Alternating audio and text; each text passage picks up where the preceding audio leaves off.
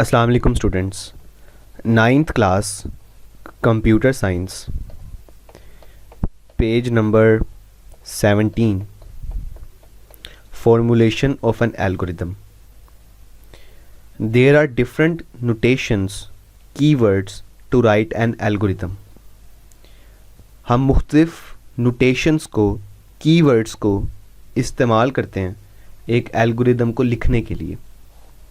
अब ये नोटेशंस क्या हैं, ये कीवर्ड्स क्या हैं, ये भी आपको पता चल जाएगा। We use the notations presented in table 1-2 to write an algorithm.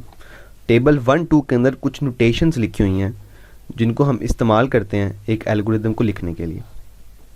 जैसे कि ये नोटेशंस हैं, ये start, end, set, if else, go to, output, stop. ये नोटेशंस भी हैं और ये कीवर्ड्स भी हैं, यानी कि हम इन लफ्ज़ों को इस्तेमाल करते हैं किसी भी एल्गोरिदम को लिखने के लिए।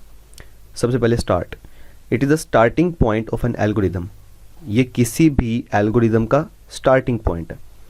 Every algorithm must have one starting point, entry point.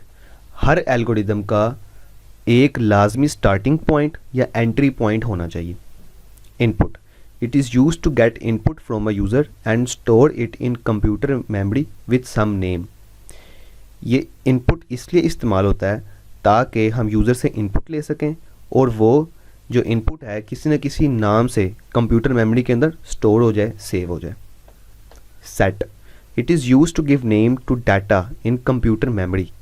Computer memory के अंदर डाटे को कोई ना कोई नाम देने के लिए हम इस सेट को इस्तेमाल करते हैं। अभी मैं इसकी एग्जांपल भी देता हूँ। सेट नोटेशन को हम इस्तेमाल करते हैं।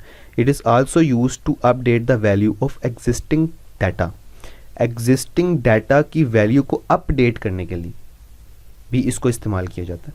अभी ये सेट को देखिएगा, अभी मैं इसके आपको एग्जांपल दिखाता हूँ। ये देखें, सबसे पहले हमने यहाँ से स्टार्ट किया, स्टार्ट नोटेशन इस्तेमाल किया एल्गोरिदम की। यहाँ पे इनपुट नोटेशन को इस्तेमाल किया है। नंबर्स हमारे पास कौन से हैं? 1 2 3 4 5, ये 5 नंबर्स हैं। अब सम, set sum to n0, n1, n2, n3, n4, यानी कि n0 से लेके n4 तक तमाम वैल्यूज़ को प्लस कर दो और प्लस करके जो आंसर आता है उसको सेट कर दो सम वेरिएबल के अंदर। ये इसका मकसद होता है सेट का, सेट नोटेशन का। If else. It is use to check the condition. ये कंडीशन को चेक करने के लिए इस्तेमाल होता है। For example if the condition, for example the condition like if a less than b, a condition is evaluated as true or false। मिसाल के तौर पर एक कंडीशन है जैसे कि a less than b, तो एक कंडीशन का जो आंसर होता है या तो वो ट्रू आता है या फॉल्स आता है। In case the condition is true and the statement related with if part are executed, otherwise the statements of else part are executed। अगर तो जो कंडीशन जो if के बाद आएगी जो ट्रू हो जाती है तो देन के आगे वाली जो जगह होती है ना, जो वो स्टेटमेंट होती है वो एग्जीक्यूट हो जाती है। एग्जीक्यूट यानी कि रन हो जाती है, और जो एल्स वाली होती है वो स्किप हो जाती है। मैं अभी आपको इसकी एग्जांपल भी दिखाता हूँ। ये देखें, मिसाल के तौर पे मैंने ये एक छोटा सा एल्गोरिथम बनाया। सबसे पहले मैंने लिया एक इनपुट नंबर, यूज़र से मैंने एक इनपुट लिया नंबर की, नंबर वेरिएबल है यहाँ पर। If number mod 2 equals to 0 then print even else print odd.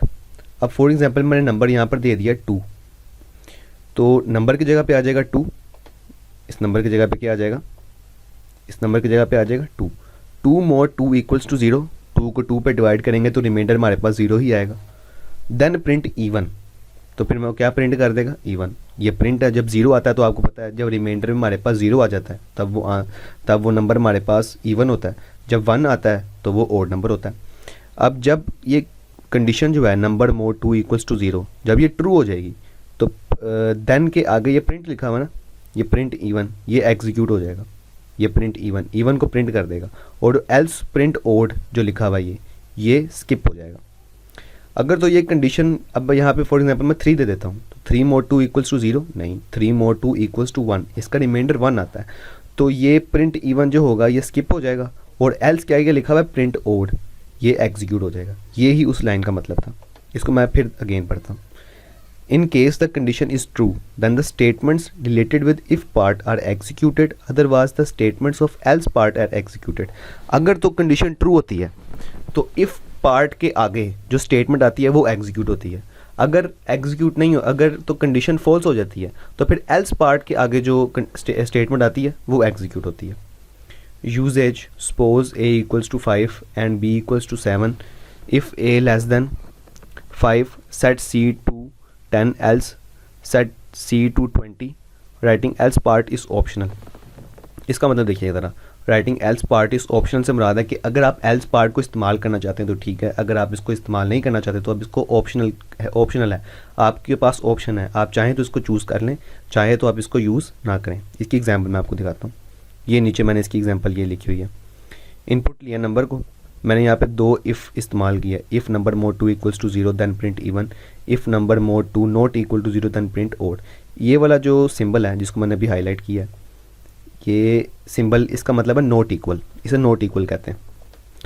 तो कहता है if number mod 2 not equal to then print odd. यहाँ पे मैंने एल्स इस्तेमाल किया था, यहाँ पर मैंने एल्स इस्तेमाल नहीं किया, यहाँ पे मैंने एल्स की जगह पे 2 इफ़ इस्तेमाल कर लिए. तो इससे ये पता चलता है कि जो एल्स है ये ऑप्शनल है, जो एल्स है ये ऑप्शनल है. अगर आप इस्तेमाल करना चाहें तो ठीक है, नहीं इस्तेमाल करना चाहते तो ना करें.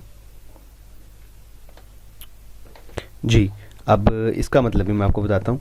Suppose a equals to 5 and b equals to 7. कहता है फ़र्ज़ करते हैं कि a 5 के बराबर है और b किसके बराबर है, 7 के. यानी कि a एक वेरिएबल है जो कि 5 के बराबर है और b भी एक वेरिएबल है जो कि 7 के बराबर है. If a less than 5, set c to 10, else set c to 20. अभी देखिएगा, इफ़ के आगे ये जो कंडीशन है a लेस देन 5, अगर ये ट्रू होती है तो इसके आगे जो स्टेटमेंट आएगी, जैसे सेट c टू 10 ये भी एक स्टेटमेंट है, सेट c टू 20 ये भी एक स्टेटमेंट है. अगर तो कंडीशन ट्रू होती है तो इफ़ के आगे जो स्टेटमेंट आएगी वो एग्जीक्यूट होगी और जो एल्स के बाद स्टेटमेंट आएगी वो स्किप हो जाएगी. अगर इफ़ के बाद जो कंडीशन है ये फॉल्स हो जाती है तो इफ़ के बाद जो स्टेटमेंट आएगी, जैसे सेट c टू 10 ये एक स्टेटमेंट लिखी हुई है, ये स्किप हो जाएगी और एल्स के बाद जो स्टेटमेंट लिखी हुई है ये एग्जीक्यूट हो जाएगी. अब देखें यहाँ पर a किसके बराबर है, 5 के. इस a की जगह पे 5 रखें ज़रा. 5 लेस देन 5, 5 क्या 5 से छोटा होता है? बिल्कुल नहीं, ये तो बिल्कुल गलत बात है. 5 तो 5 के बराबर होता है. तो ये कंडीशन क्या हो गई, फॉल्स हो गई. अब कंडीशन फॉल्स होने की वजह से इफ़ के आगे जो स्टेटमेंट आएगी जो कि सेट c टू 10 लिखा हुआ है ये स्किप हो जाएगी और जो एल्स के बाद स्टेटमेंट लिखी हुई है सेट c टू 20 ये एग्जीक्यूट हो जाएगी और c वेरिएबल के अंदर 20 आ जाएगा. ये इससे मुराद था. Go to, it is use to transfer control to a certain step of an algorithm. किसी न किसी स्टेप के ऊपर कंट्रोल को ट्रांसफ़र करने के लिए हम गो टू स्टेटमेंट को इस्तेमाल करते हैं. ये गो टू स्टेटमेंट मैंने इसलिए बोला है क्योंकि बेसिकली ना ये प्रोग्रामिंग लैंग्वेजेस के अंदर इस्तेमाल होता है गो टू स्टेटमेंट. आप गो टू स्टेटमेंट भी कह लेंगे तो इसमें कोई फ़र्क वाली बात नहीं है. It is usually required in loops. ये आमतौर पर लूप्स के अंदर रिक्वायरमेंट होती है इसकी. लूप्स कह लें आप रिपीटिशन कह लें, आप आइट्रेशन कह लें. इस लफ्ज़ के 3 मायने हैं. अभी हमने थोड़ा ऊपर फ्लो चार्ट के अंदर भी हमने रिपीटिशन पढ़ी थी. रिपीटिशन भी के वक्त मैंने आपको आइट्रेशन भी इसका मतलब बताया था. आप लूप्स कह लें, रिपीटिशन कह लें, आइट्रेशन कह लें. इसका मतलब ये होता है कि एक चीज़ को बार बार रिपीट करना, कॉन्टीन्यूसली रिपीट करना. यानी कि फॉर एग्जांपल अगर मैं ये स्टेप, इसकी मैं आपको एग्जांपल देता हूँ. ये स्टेप 7 है.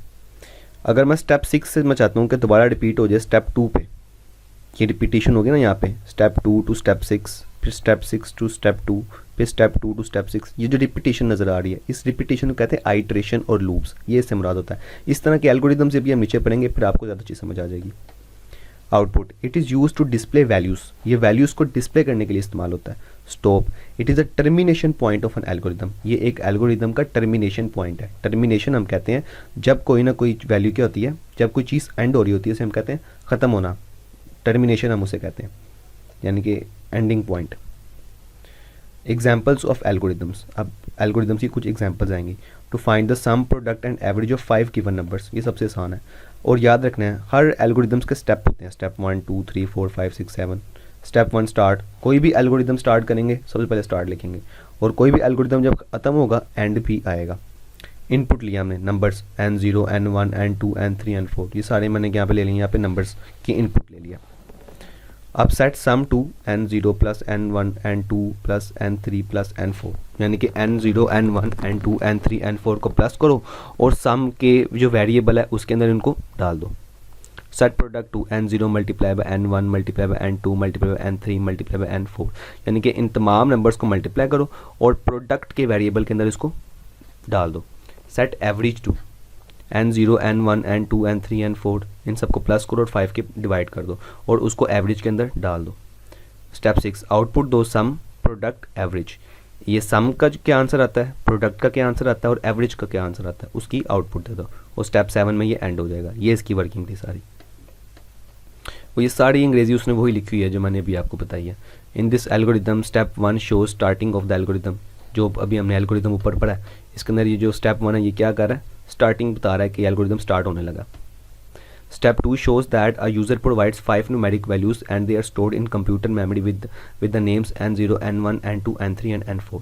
Step 2 के अंदर हमें ये पता चल रहा है कि यूज़र 5 नंबर्स जो होगा एंटर करेगा, n0, n1, n2, n3, n4. Step 3 shows summation of all the input values and storing the result in computer memory with name sum.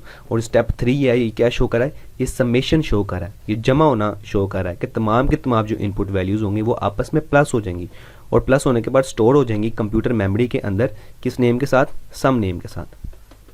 Step number 4 के मुतालिक भी वही बताएगा। Similarly step 4 is use to compute multiplication of all the numbers and store the result with name product. और जो step number 4 है वो इसलिए इस्तेमाल हो रहा है ताकि तमाम के तमाम वैल्यूज़ को हम मल्टीप्लाई करें, मल्टीप्लिकेशन करें और उनको स्टोर कर दें किस नेम के साथ, प्रोडक्ट के साथ। In step 5 formula to calculate average of 5 numbers is applied and the result is stored with the name average. और स्टेप नंबर 5 के ऊपर हमने एवरेज का फार्मूला अप्लाई किया, 5 वैल्यूज़ को प्लस कर दिया और 5 पर ही डिवाइड कर दिया और उनको किस नेम के साथ स्टोर किया, एवरेज नेम के साथ। The step 6 shows the result of the step 3, 4 and 5 respectively. Step 3 का, स्टेप 4 का और स्टेप 5 का जो रिजल्ट आया उन रिजल्ट्स को शो करने के लिए हमने स्टेप 6 को इस्तेमाल किया, यानी कि हमने उसके अंदर आउटपुट का इस्तेमाल किया। ये आप देख सकते हैं। The step 7 shows end of the algorithm. और जो स्टेप 7 है ये एल्गोरिदम का हमें एंड शो कर रहा है। ये हमारा टॉपिक था, इसको आपने अच्छे तरीके से समझ लेना। ये इसकी जो अंग्रेज़ी लिखी हुई है in this algorithm step 1 step 3, ये लिखने की बिल्कुल ज़रूरत नहीं है। आपने सिर्फ एल्गोरिदम समझना है, एल्गोरिदम की वर्किंग समझनी है आपने, और ये आपने सारा याद करना है, फॉर्मूलेशन ऑफ एन एल्गोरिदम। अपना ख्याल रखिएगा। अल्लाह हाफिज़।